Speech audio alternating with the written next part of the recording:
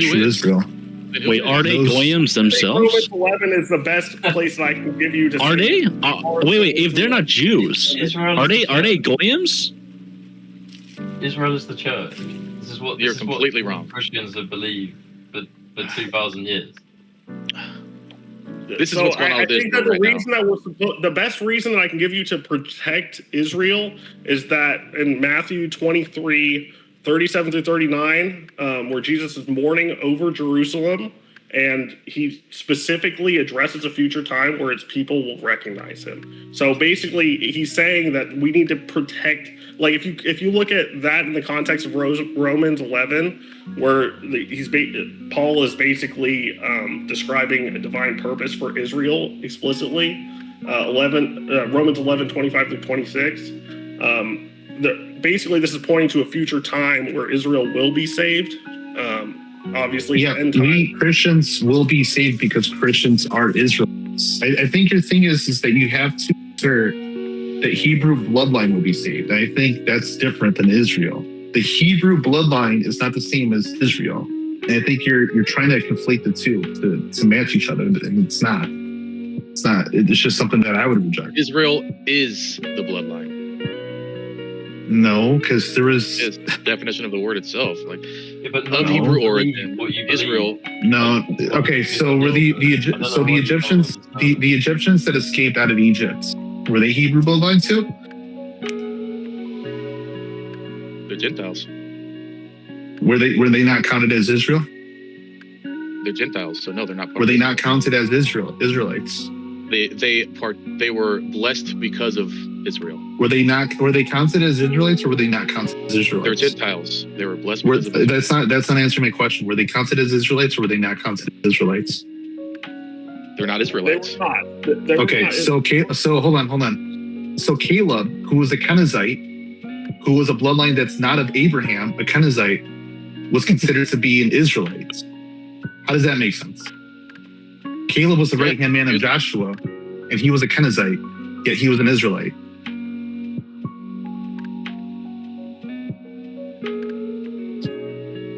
So no, I reject that. Hebrew blood equals Israel. Why is no one answering the fact that no one has believed this? I think Israel means Israel, and the best biblical defense of that is Romans 11, and you should really carefully read everything. Romans 11 does a great job saying those who reject Christ are cut off from Israel. Yeah, I would fully accept Romans 11. Yes, exactly. Until you put it in the context of Revelation and Matthew, where Jesus is explicitly talking about a future Israel that will be saved, and that's why we need to protect them, and that's why we're the. Can I read a part of Romans 11 here? Allies of the state of Israel. Do you guys care if I read a part of Romans 11? Please read it. We're talking a lot, but we're not reading the Bible, so I think it's causing a mess. But Romans 11:25. How you interpret it. Right, yeah, so that's why I want to read it. Right, so if no one has believed this for 1,850 years, no one's actually answered that question. Why has no one believed this until recently? Are you trying to imply that people have been psyops into believing something else? Maybe 150 years ago? What do you think? No, impossible. They can happen. Well, I don't know, sir. You're going to the scripture, right? But what I'm saying is that, yes, okay, you may have this interpretation, but why has nobody in the whole of Christianity never believed this up until the last 150 years? Why is nobody answering that question? I think plenty of people have believed it since well before that. I don't know, but I find that hard to believe where people only just 150 years from now, or ago, started believing this. If this is true, then you should show. I think he's talking about the Reformation. Is that what you're referring to? Like why the views changed during the Reformation? It didn't change during the Reformation.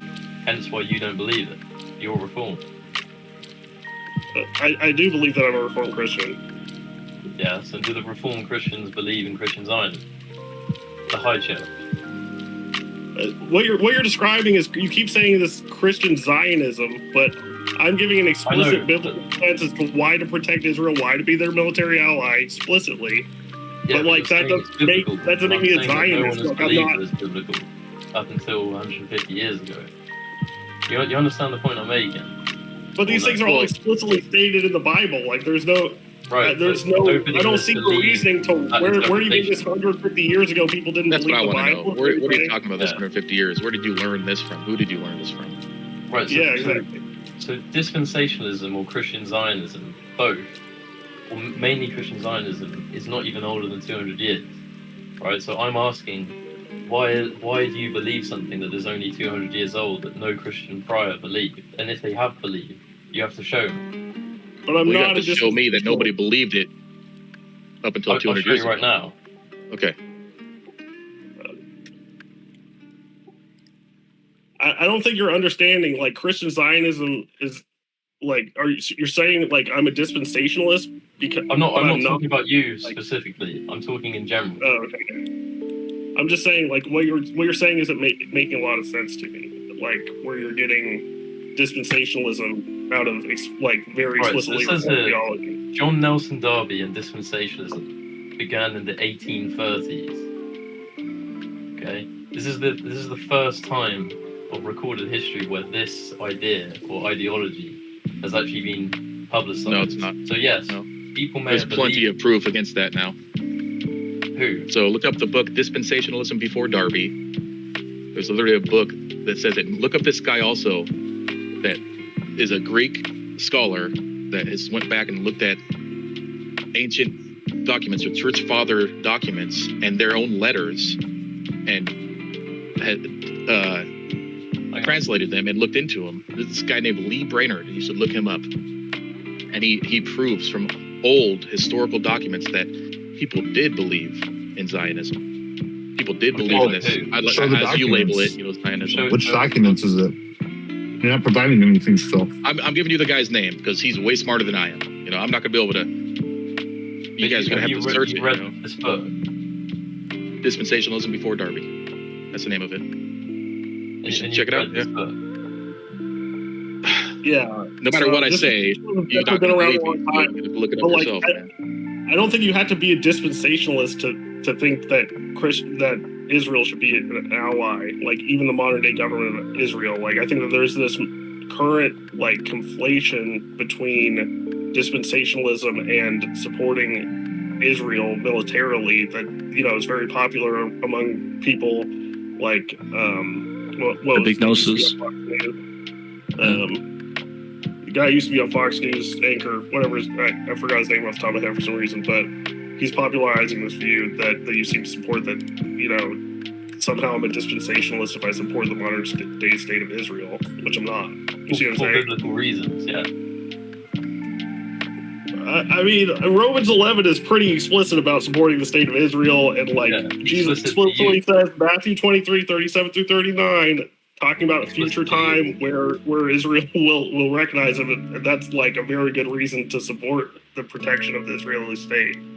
Yeah, but nobody has had this interpretation until the 1800s. That's your point I'm making. That's not true. This isn't dispensationalism. And that's not true either. That statement there, you keep on saying nobody believed that. Yes, they did. I gave you a couple of resources. Like you keep saying these things that we're providing explicit evidence. Yeah, but you're getting a source of a source. That's not really a source. That's all we have to go off of, isn't it? Sources of sources, evidence. One book. This isn't a common view. That's the point I'm making. I'm literally telling you where it's in the Bible that Jesus said it. There's nothing better there's nothing stronger than that. It's a circular argument because your interpretation of the Bible you're assuming is true. My point is that no one before the 1800s had this as a common belief. And if they did, where is the evidence? Who is Israel to you then? What do you believe Israel is? The church. You said the church. It's always been viewed. So who are those people over there? Those in modern state Israel is it's false. It's just false Jews. Man. They're not actually from the bloodline of Abraham. They could be, but they're not. They're not Jews though. They're not Christian. It's like I don't understand. No, they're not Christian. Yeah, and Romans 11 explains why. Check this out. Romans 11:25. For I would not, brethren, that ye should be ignorant of this mystery. It's a mystery. It's hard to understand, lest ye should be wise in your own conceits, that blindness in part is happened to Israel, until the fullness of the Gentiles be come in, that separates us and Israel. There's two people groups here. So blindness has happened to Israel. So what you're telling me is you are blind right now? Because you're Israel, apparently. You're blind? No, what I'm saying is that your interpretation of scripture that you It's have just right literal. now. I'm just looking at the Bible and reading it. Okay. It also says that Yahweh will come down and abolish those who eat swine's flesh and mice altogether in the end days too. It's pretty explicit. So don't eat swine's flesh. That's the law. Right? Talking about one of the 613 laws. Well, I'm putting Isaiah. Yeah. Yeah, before this is Christ, the problem before the with New just Testament, right? No, it talks about what Christ is going to do, how Christ is going to judge. Isaiah has prophecies not just of before Christ, it also has prophecies after Christ too. Okay. So if I eat pig, I'm gonna die? Is that what you're saying? It's like what the snake said. Surely you won't die if you eat that fruit. I don't know what you're trying to say here. Like, based Well, on what I'm saying. what you're saying is like, hey, this literally says this, and what I'm saying is okay, fine. Then become Torah observant because it literally says that at the end days. Speaking on the topic at hand, Israel and the Gentiles. Yeah, but you're giving a standard that would be unfair to your position too, because you don't keep Torah. Because I don't keep Torah. Yeah. Keep the law. Do you understand the point he's making? So I don't. The point I'm making is that you're giving them a standard to say, hey, this is what this literally says, but I could find another verse that you would say, actually, that's symbolic, or actually, this means that, or actually, this instead of taking the literal interpretation of it. Yeah, back then, he meant it. And Jesus says that not one jot or tittle will pass from the law.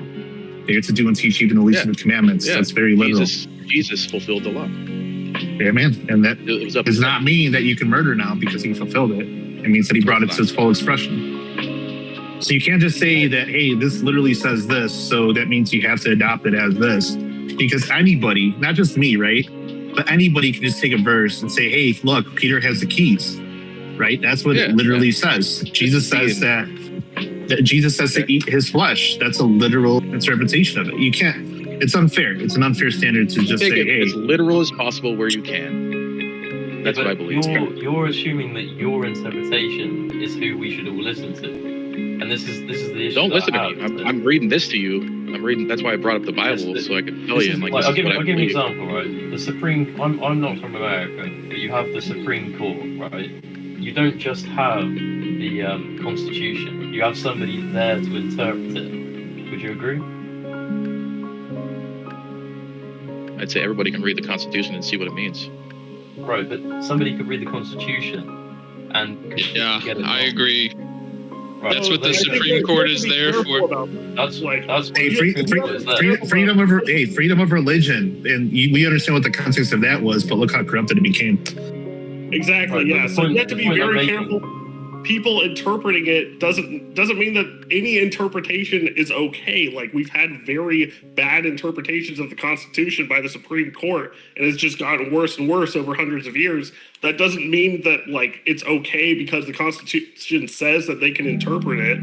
Like, some stuff is just definitely wrong, definitely evil. The Supreme Court said that abortion was okay. Like, you can't just say that it's okay because that's their job to interpret the Constitution. They can literally read it and then decide that they interpreted it to mean the opposite. Like, that's not the same thing as obviously. I don't mean in a literal sense. I'm not saying the Supreme Court is a divine council. I'm just saying the point of it, though. The point of the Supreme Court. I understand the point, and I argued explicitly against the point. The point was that people make interpretations, and the point that I made is that yes, and the Supreme Court has made terrible interpretations, calling them interpretations when they're literally ignoring what they're interpreting, like altogether. That's what they're accusing you're doing, though. So when you're reading Romans 11, they're accusing you of that. When you talk about supporting Israel, you're thinking I'm advocating. No, I understand that, but it's not the opposite. I'm using them as an example to support Israel. It's using really it as an obvious. example to show what you're doing. Like, Like, do you like the point? I'm not trying to back up the Supreme Court. I'm not even American. I don't really care about the Supreme Court. I think. What about your court? Oh, our court's cooked as well. Unrelated, but I mean, you guys, it's bad over there, from what I'm seeing.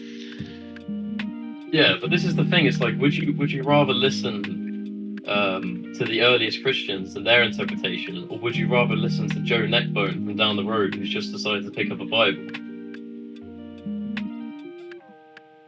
You know, would you rather listen to the people who were taught directly by the apostles, or would you rather listen to some guy in the 18th century? I think you have to be careful about that too, because like the apostles were literally but writing just to a churches who general were doing question. things wrong. Like you can't just because As a Paul general essentially wrote to rule of churches thumb. doing stuff wrong, and so you can't just say because they're more infallible because they existed longer ago. Yes, I agree with you, but I'm saying as a general rule, which is more reasonable to go with? Somebody who's living in the 18th century, or somebody who's in the 1st or 2nd century, who was taught directly by the apostles? Joseph Smith. So- what century was he at? so you're not listening to Darby, you're listening to the church fathers, right? Is that what I get? Christ love you? What, for my understanding, yeah, of course. Because to me that makes more sense than listening to my own interpretation. So you've looked back and into their scholarship, their work, and their writings, and you've studied them? Yeah, I've looked into mainly the apostolic fathers, yeah. Wow, what? So you know Greek? No, And or Hebrew? I don't. This guy. No? Why do Okay. I need to learn Greek? Do you know? The saying, You you have so to speak if you want to interpret the original text of the Bible. So I assume all of you the original understand was Greek. written in Greek. These sound like bad faith arguments, I'm not gonna lie. Like, you guys So are you guys know the dogpiling. Bible, yeah? Knowing Greek is a bad faith argument. You know Hebrew? what I'm saying So you're is missing the you're point that he's believing trying to somebody say. else also. You're also believing, you're doing the same thing that you're accusing us of doing. You know, believing. I am, in a sense, know. yes. But I'm saying Yeah, well, that So what? You're doing the same thing we are. We're all trying to find the truth, you know? And I think that's why I'm trying to is it start more reading the Bible. likely? The truth is thy law. Is it more likely that the people in the 1st and 2nd century who were taught directly from the apostles or the apostles' disciples might have a better understanding of Scripture than me and you? Well, of course. Right, so it's not that I'm blindly following them. It's just that it makes more sense to me that they would have a better interpretation of Scripture than people who are not living anywhere near the time period and who actually spent time with the apostles themselves. So when Polycarp was taught by John to keep Passover, why do you keep Easter? Because we have Christianized everything. But Polycarp was taught literally by the disciples to keep, and Polycarp wasn't a Jew. Okay. And the Eastern Orthodox or the Catholic Church recognize that Easter is not a tradition that was passed down by the disciples. So you can't say, hey, you know, let's subscribe to the earliest Christians and what they taught, what the disciples taught, because the disciples taught to keep Passover, yet the quote-unquote apostolic church doesn't keep it. Okay. And what is the reason for that? Because they're reformers. They're Protestants, essentially. They reform God's commandments. So that's their answer. You're asking me for the reason, and I'm giving you the reason. You didn't ask me for their answer. You want to know what their answer is actually a lot worse. Yeah, their answer was we wanted nothing. We wanted nothing in common with the Jews. That is, therefore, let us celebrate a greater this way in a greater way than they did. The reason why they rejected Passover is because they didn't want to look like Jews. That was essentially Constantine's statement in the 4th century. Right. So how do we view Sunday? Do we view Sunday? I'm not asking how to view Sunday. I'm asking, you're saying let's keep the traditions that were passed on by the disciples and what they taught. And what I'm saying is like, fine, let's go ahead and do that. We know that Polycarp was taught by John to keep the Passover, but yet they had the quarter decimal controversy and they wanted to keep it in a different way. right? They actively admit that it's not from the disciples, it's a new way. So you can't say, or you can't make your church or your theology more grounded because it wasn't founded by the students of the disciples. But why? Why did we change it as Orthodox? Because you didn't want to look like Jews. That was the reason that Constantine gave in the 4th century. I can pull it up. And what were the other reasons? Was that the only reason? That was the declaration in the 4th century. There's no theology involved. That's what I'm saying. Yeah. I mean, sure. Involved. Okay. The new understanding is to observe Easter Sunday because that was the day that Christ resurrected per tradition. That's the reason too, right? But as far as changing the commandment, the motivation is not founded in original tradition. It's founded in a newer tradition, 300 years after Christ. Right. So just to be clear, you're saying the only reason that this happened is because they didn't want to be seen with the Jews. That was a declaration as to why they were changing it.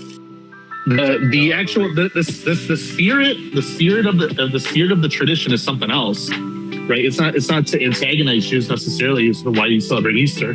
I'm sure why they celebrate Easter is to recognize the resurrection of Christ. What I'm saying though, the motivation to change it was definitely motivated to not be like Jews. Yeah. Okay. And you have to admit though, that's not what the disciples taught. The disciples did not teach to observe the resurrection for Easter Sunday. They taught her writings that Polycarp was taught by John to keep the Passover on the 14th of Nisan, not deviating away from the gospel. Sorry, the 14th of what? 14th of Nisan. Which is what? I use the whole. It changes every year in the Gregorian calendar. I know. Well, the Julian. Sorry, what? In the Julian calendar, not the Gregorian. We use the Gregorian. Yeah, we use it now, but we don't. That's what I'm saying. You're asking what day is it? I'm telling you, I don't. It changes every year. It's not the same as the Gregorian calendar. Would you say then that the last Passover was the last Supper? Hold on. Can you acknowledge that you don't keep the traditions that were taught by? Because that's the only reason why I brought this up, and that's what you're trying to exercise that understanding on them. You said that doesn't it make more sense to do what the disciples taught the students of the disciples to do, rather than a tradition that came in this argument 1,800 years later? And when I'm just holding up a mirror. What I'm saying is, why does it make sense to do something 300 years after Christ rather than something that was taught directly by the disciple? I'll tell you, but I just wanted to make sure that you said the only reason. But I already answered like 3 questions, and you're not being fair to them. Relax, guys. Relax. I'm happy to tell you, but I just wanted to make sure that you said the only reason they did this is because they didn't want to be with the Jews. I said the main motivation when they enacted it in 300 AD, that's what they said. I didn't say that Easter is only to rebuke the Jews. I did say it was to acknowledge the resurrection of Christ. Yeah. Right, but would you then say that, like, why would? Okay, why don't you answer my question? Because I already answered like 3 of your questions, and you're running away from it. Like, why don't you put that same standard on yourself? But you keep on asking me. You've already asked me like 3 or 4 questions, and you're running away. Right, but if you already have my understanding. My thing is you're putting them in a position that's unfair to them, that you won't place on yourself. Okay, if you just let me speak, I'll explain why. Go ahead. But what? Like, can I just ask quickly? You already asked questions. Just answer the question, man. Why are you so angry? Just relax. Because you're being unfair. You're making an unfair standard. It's a clarifying question. No, you already clarified my position 3 times, and you keep on asking. Just one more. Just one more. Relax. One quick question. Honestly, I haven't heard you answer one question. So it's just been questions. Go ahead. Why does somebody practice the Passover? What is the point of it? Okay, so you won't place the same standard on yourself as them. I already answered your questions, dude. No, I'm not going to. Just all you're going to do is continue to ask questions. I'll answer. Okay. the reason people were participating in Passover, okay, is because, or the reason why we've stopped doing it since Christ had his Last Supper, which we view as the last Passover, is because when Christ says, "This is my body, this is the blood of the new covenant, do this in remembrance of me," he didn't say, "Keep doing this in remembrance of Egypt." Okay. Well, John was teaching Polycarp to do it, and what you're doing is you're criticizing him. What you're saying is you're criticizing them for not keeping the same tradition that the disciples kept. That's what you're criticizing them for. They didn't keep it after the last Passover. Paul literally writes, I think it's in Ephesians, to put away the old leaven, right, and bring in the unleavened. Which is what? To celebrate it with the Spirit of Christ. What's been replaced with is communion. Like Christians take communion instead of the Passover. That's how exactly. What I'm saying though is your church. Polycarp said to keep doing the Passover. Yes, that's what John told Polycarp. Referring to. No, it says the 14th of Nisan is the day that they put away leavened bread. Hold on, listen. You know that the Passover isn't just about Egypt. You know it represents Christ. So I don't know why you're saying it's just about Egypt. Yes, that's the whole Okay, point. so hold on. But John, it specifically said that it was taught by John to Polycarp as the day that they put away leavened bread on the 14th of Nisan. Which is what? Right, not deviating from the gospel. The commandment that was expressed in Torah. Yes. On what date? What is the date? It changes every year in the Gregorian calendar. Yeah. You want to know this year's date? What is the celebration? What's it called? It's to commemorate God saving those who have their blood atoned for them. Yes. So what? I don't understand. What has changed? Why we're not celebrating the same Passover. The feast. Celebrate. Oh. It literally says the 14th of Nisan. Eastern Orthodox or Catholic Church does not celebrate it as the date that they put away leavened bread on the 14th of Nisan. It's not the same. I understand, but the Passover, why would a Christian celebrate Passover when it has already been fulfilled? Okay, so that's why we take communion then. Because thank you. Even a Reformed Baptist gets this. No, of course, because they don't observe the feast, so of course they're going to agree with you. All I'm doing is I'm trying to help their position by saying you're placing a standard that you're not willing to do yourself. The disciples are recorded to teach to keep the Passover on the 14th of Nisan. Is the day that they put away leavened bread, and all the disciples or all the bishops in the East Asian Minor kept it. And what I'm saying to you is if you're going to say to him, hey, why are you going to trust someone 1800 years later as to a tradition or theology or interpretation as to what the disciples taught their students to do? And I'm just pointing out that they taught Polycarp specifically to keep the Passover, but your church does not observe that. So that would be an unfair critique. But just not in the way. No, you don't observe it the way that they taught. The way that they taught was on the 14th of Nisan is the way that they put away leavened bread. Right, but why would we not? It doesn't matter. Hold on. It doesn't matter why. What matters is the disciples taught it, and you don't keep it. You don't keep the Orthodox tradition. So you can't use it on them if you're not going to adapt it yourself, because they could do the same thing. Okay, well, we interpret it this way because this is actually the correct and more fulfilled way to observe that commandment or observe this tradition or understand why Christians should support Israel, because this is kind of like the correct, the more fulfilled understanding of that verse. And